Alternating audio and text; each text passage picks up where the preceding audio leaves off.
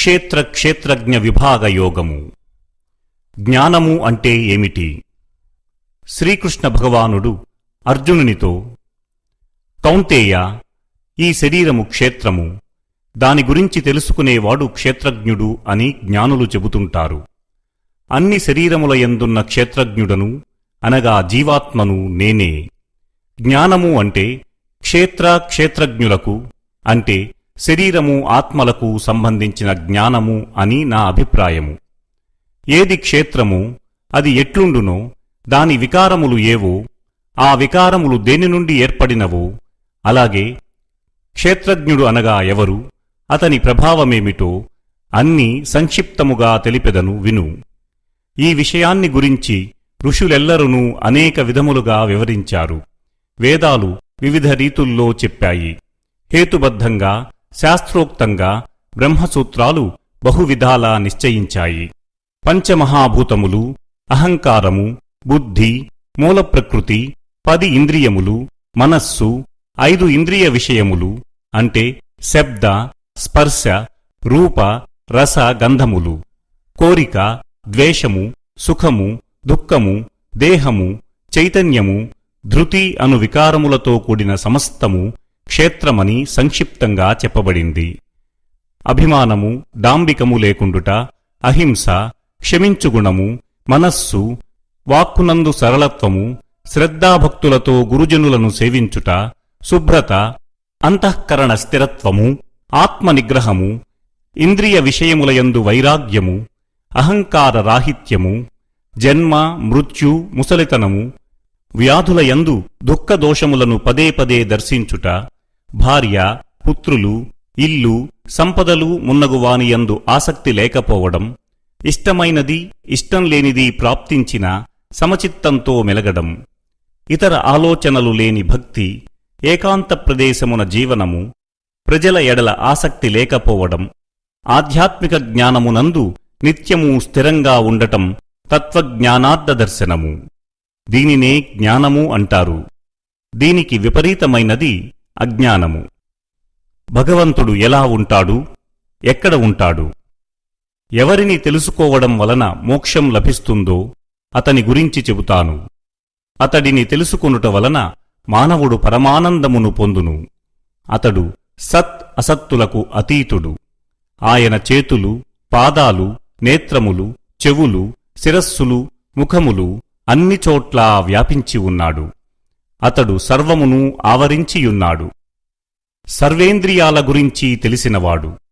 కాని వాస్తవానికి ఇంద్రియాదులకు అతీతమైనవాడు, ఆసక్తిరహితుడు, సమస్త జగత్తును ధరించి పోషించువాడు, నిర్గుణుడు, గుణానుభవములను అనుభవించువాడు. అతడు ప్రాణుల వెలుపల మరియు లోపల ఉన్నాడు. కదలడు కాని కదులుతూ కూడా ఉంటాడు. అతి సూక్ష్మరూపుడు కనుక తెలిసికొన సఖ్యం కాదు. అతి దూరము మరియు అతి సమీపమున కూడా ఉంటాడు. పరమాత్మ ఆకాశము వలె విభజించుటకు వీలులేని ఒకే రూపములో ఉన్నాడు. అతడు సృష్టికర్త అయిన బ్రహ్మగా, పోషకుడైన విష్ణువుగా, లయకారకుడైన రుద్రునిగా ఉంటాడు. వెలుగులకు వెలుగు, అంధకారానికి అతీతము, జ్ఞానస్వరూపుడు, జ్ఞానగమ్యము, సర్వప్రాణుల హృదయంలో స్థిరమై ఉంటాడు. ఇంతవరకు క్షేత్రము, జ్ఞానము, జ్ఞేయముల గురించి సంక్షిప్తముగా వివరించితిని. దీనిని చక్కగా గ్రహించిన నా భక్తుడు నన్నే పొందుతాడు. పునఃజన్మలు ఎందుకు కలుగుతున్నాయి? ప్రకృతి, పురుషుడు ఇద్దరూ ఆదిలేనివారు. రాగద్వేషాది వికారములు త్రిగుణాత్మకములు ప్రకృతి నుండి ఉత్పన్నములైనవి. కార్యము, కారణములను ఉత్పన్నము చేయుటలో ప్రకృతియే కారణము. సుఖదుఖములను అనుభవించుటలో జీవాత్మయే హేతువు. పురుషుడు ప్రకృతిలో ఉండి ప్రకృతి నుండి ఉత్పన్నములైన గుణాలను అనుభవిస్తున్నాడు. ఈ గుణముల సాంగత్యము వలన జీవాత్మకు ఉత్తమ నీచజన్మలు కలుగుతున్నాయి. పునఃజన్మ లేకుండా మోక్షం పొందడం ఎలా? ఈ దేహంలో ఉన్న ఆత్మ వాస్తవముగా పరమాత్మే. అతడే ఉపద్రష్ట, భర్త, భోక్త, మహేశ్వరుడు అని పిలవబడుచున్నాడు. ఈ విధముగా పురుషుని గుణాలతో కూడిన ప్రకృతిని తెలుసుకున్నవాడు అన్ని విధములగు కర్తవ్య కర్మలను ఆచరించుచున్నప్పటికీ పునర్జన్మను పొందడు. కొందరు ఆత్మను ధ్యానయోగము ద్వారా తమ హృదయంలో దర్శిస్తారు. మరికొందరు జ్ఞానయోగము ద్వారా, ఇంకొందరు కర్మయోగము ద్వారా ఆత్మను దర్శిస్తారు. ఈ సాధనా మార్గముల గురించి తెలియని కొందరు ఇతరుల నుండి విని సాధన కొనసాగిస్తుంటారు. ఇలాంటివారు కూడా మృత్యువు నుండి నిస్సందేహముగా బయటపడుదురు. ఓ అర్జునా, చరాచరాత్మకమైన ప్రాణి ఏదైతే పుట్టుచున్నదో అది క్షేత్రజ్ఞుల కలయిక వల్లనే పుడుతున్నదని తెలుసుకో. దేహాలు నశిస్తున్నా పరమేశ్వరుడు నాశరహితుడు.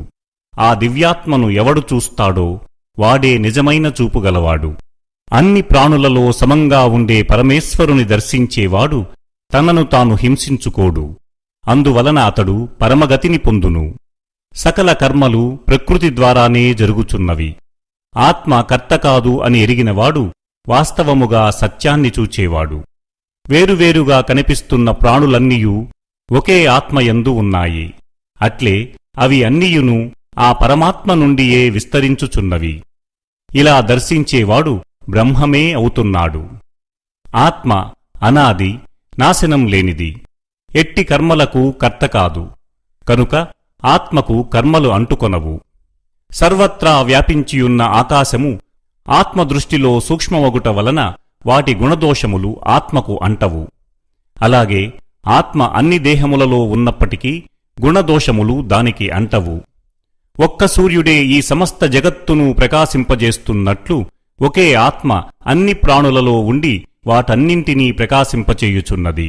ఈ విధముగా క్షేత్రజ్ఞుల యొక్క భేదమును మరియు ప్రకృతి నుండి విముక్తులగుటకు ఉపాయములను జ్ఞాననేత్రముల ద్వారా ఎరింగిన మహాత్ములు పరమగతిని పొందుదురు.